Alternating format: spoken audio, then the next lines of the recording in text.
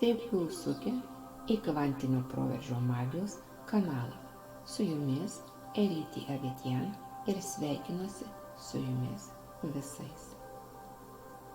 Šiandieną nagrinėsime paskutinio skaičiaus reikšmę gimimo datoje.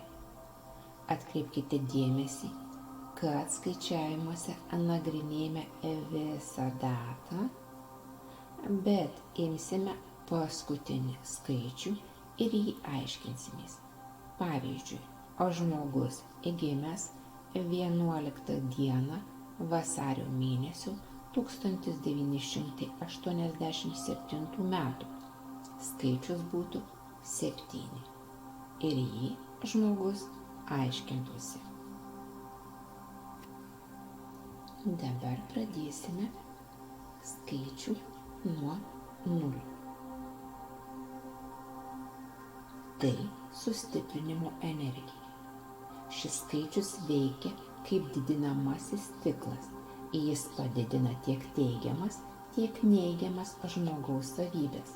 Jei žmogus gyvena harmonijos su savimi ir aplinka, 0 sustiprins jo teigiamas savybės bei sėkmę. Tačiau, jei žmogus pasirenka destruktyvų kelią, 0 gali pagreitinti regresą ir įklampinti į problemas. Tai skaičius, kuris reikalauja atsakomybės už savo veiksmus ir vidinės pusiausvyros. Skaičius 1 – tai stipraus charakterio ir lyderystės skaičius. Žmonės su šiuo skaičiumi dažnai sulaukia vyrų arba įtakingų žmonių globos ir apsaugos. Jie gali tapti lyderiais, kurie įkvepia kitus. Jei žmogus veikia harmoningai, jis pritraukia pagalbą ir paramą iš autoritetų. Tačiau, jei gyvena nesubalansuotai, gali susidurti su vyrais, kurie kelia problemas ar riboja jo galimybės. Skaičius 2 – tai stiprus moteriškos energijos skaičius, rodantis ryšį su giminė. Žmogus gali turėti stiprią moterį, globėją arba būti saugomas magiškos moteriškos energijos. Jei žmogus harmonizuotas, ši energija jam padeda kurti harmoningus santykius ir palaikyti ryšį su šeima. Tačiau, jei skaičius veikia destruktyviai, žmogus gali susidurti su kliūtimis, kurias kelia moterys, arba pernelyg priklausyti nuo kitų.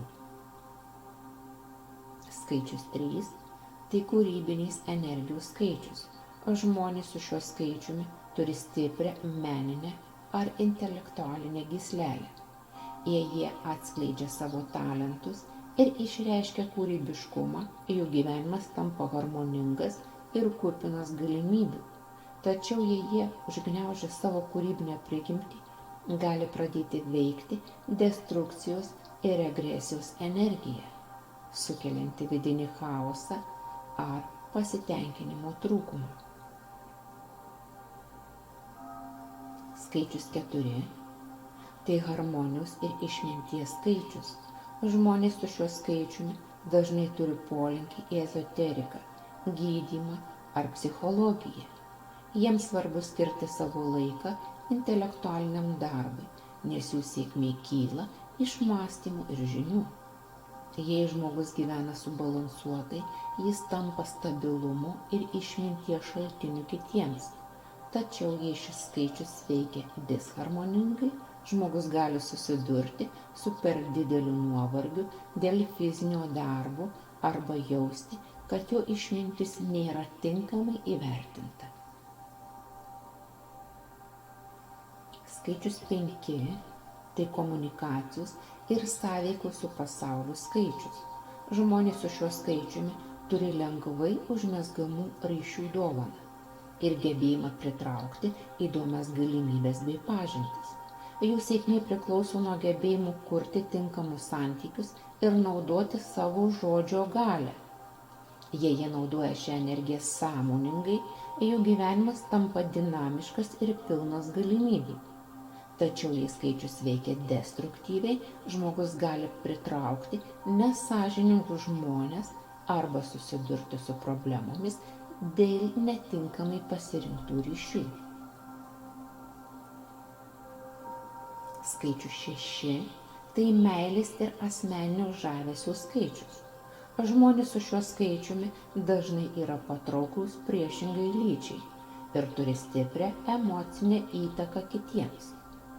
Jei jų energija harmoninga, jie sukuria harmoningus santykius ir jaučia vidinį pasitenkinimą. Tačiau, jei skaičius veikia destruktyviai, žmogus gali įklimpti į geismus, nesveikus santykius ar priklausomybę nuo fizinių malonumų. Skaičius 7 – tai dvasinės apsaugos ir aukštesnių jėgų palaikymo skaičius. Žmonės su šiuo skaičiumi dažnai turi stiprią intuiciją ir yra vedami aukštesnės sąmonės. Jų gyvenimo kelias susijęs su dvasiniu augimu ir teisingumu. Jei laikosi aukštų moralinių principų ir siekia išminties, jų gyvenimas tampa palaimintas. Tačiau, jei jie elgiasi nesąmoningai ir ignoruoja savo dvasinius pašaukimus, jų gyvenime gali įsivyrauti chaosas ir prarastas kryptingumas. Skaičius 8 – tai materialinės sėkmės ir stiprios vidinės energijos skaičius. Žmonės su šiuo skaičiumi dažnai turi natūralią verslumo gyslelę ir gebėjimą valdyti finansus. Jei jie gyvena subalansuotai, jų gyvenimas pilnas stabilumo ir gausos. Tačiau jei skaičius veikia destruktyviai, žmogus gali tapti pernelyg materialistiškas ir prarasti ryšį su dvasiniu pasauliu arba patirti finansinius nuosmukius. Skaičius 9 – tai altruizmo ir dvasinio augimo skaičius.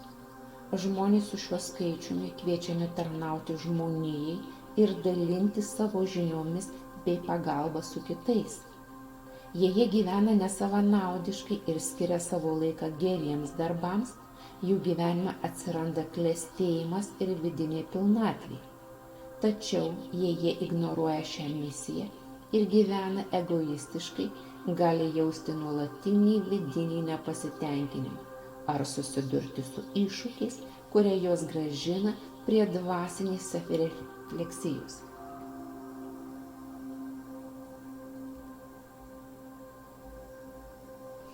Kiekvienas skaičius neša unikalią energiją, formuoja mūsų likimą ir padeda mums geriau suprasti save. Sužinoję savo paskutinio gimimo metų skaičiaus reikšmę, galite geriau suvokti savo gyvenimo kryptį, stiprybės ir iššūkius. Atminkite, numerologija nėra griežtas likimo scenarijus, o galingas įrankis savęs pažinimui ir sąmoningam gyvenimo kūrimui.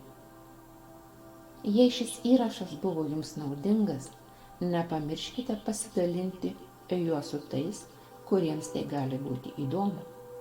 O jei norite giliau suprasti savo asmeninį kelią, parašykite komentaruose savo paskutinį gimimo metų skaičių ir mes kartu atrasime dar daugiau įžvalgų. Ačiū, kad buvote čia.